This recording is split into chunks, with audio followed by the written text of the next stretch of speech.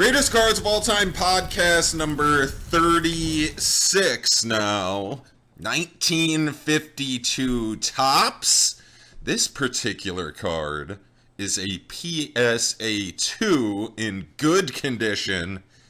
And it's Tookie Gilbert, a black back in the 1952 top set. Gosh, I love this set. Played for the New York Giants and was known primarily for playing first base for the New York Giants. Kind of a cool guy. Cool looking card.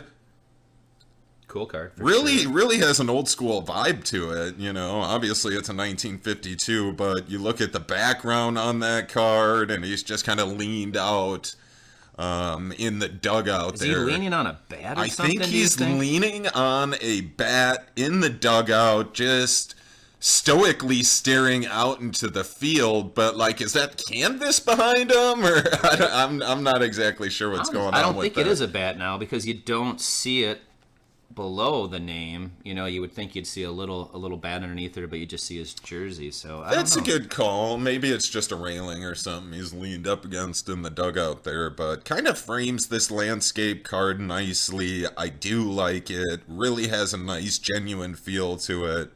We have a black back, and I just want to clarify. So I think we've said in other 52 tops, Series 1, they come in black or red back. And then Series 2, I guess I just want to clarify, I believe there's 6 different series. So Series 1 is actually only 1 through 80, which this does fall in that category as it being number 61. As far as his career, not the best career. I made some comments before we started this that I've done more reading on a guy that ended up being very average to actually, unfortunately, below average. He did come from a baseball family. He had a dad that played. He had 2 brothers that played. And actually, the nickname I was going to ask you, do you know where that came from? The Tookie. The Tookie, I'm not really sure about, but what I can tell you is that his real, genuine, God-given name is Harold J. Gilbert, and he was born in New Orleans in 1929. Bats left, throws right. I know he's not the best baseball player ever, but this is a 52 top, so I do appreciate it. Great picture. Kind of a cool guy to read about, too. And he has a cool story. He didn't end up playing in MLB all that long. Back to the nickname, he couldn't pronounce rookie. That's how he pronounced rookie when he was younger, and his older brothers were calling him rookie when he was going out and playing with them. So that's where he got that nickname from. As far as his actual career, great fielder and long ball hitter. Good hitter in the minor leagues too, and actually he was one of the top prospects in baseball. I told you something like I couldn't believe I was reading this. His dad basically raffled off the rights to sign him. He set a price. He picked a price what the signing bonus was going to be. He had 5 teams thrown into a hat and literally picked out a team out of a hat that happened to be the Giants. And Mel Ott was the manager at the time of the Giants. He lived in New Orleans. His family was from New Orleans, so he was actually there for the raffling off of the right to sign him. And you even see it on the back of the card. He got a $50,000 signing bonus at the age of 17 in 1947.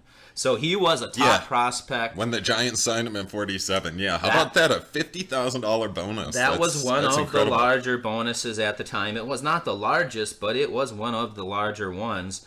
And actually, you know, you heard it in basketball where you look back and you saw teams drafting 17-year-olds and high schoolers and how it kind of, some thought it ruined basketball. Unfortunately, his career, people look back at his career and started talking about the massive signing bonuses for teenagers and how it wasn't good for baseball, it wasn't good for the players. And, Come on. Now. Yeah, I mean, whatever. There's going to be busts. You're going to end up having that. So you just got to be better at, I guess, judging talent. But unfortunately, his career probably was considered a bust, or I would say was considered a bust. Looking at his WAR. He actually had a negative WAR, negative 1.5 WAR. I believe that's the first player that we've actually covered that had a negative WAR. At-bats, he had 482, hits 98, home runs 7, and batting average 203. And he ended up retiring from baseball at a young age of only 24. His major league debut ended up being his best game he had all season in that 113 games in 1950, which was his rookie year. Yeah, after a 334 batting average in a season with Nashville in the minors in 1949, the Giants brought him up in 50, but clearly that didn't last. He just couldn't deliver. But he was a really good baseball player for a short period of time. And even after that 1950 year, he went back to the minors and ended up having some very successful years before they brought him back up for one more attempt in 1953. Yeah, and that was also fairly short-lived. I believe he only played in 70 games in 1953. So, he only played in a total of 183 games throughout his 2 years in the Major League Baseball.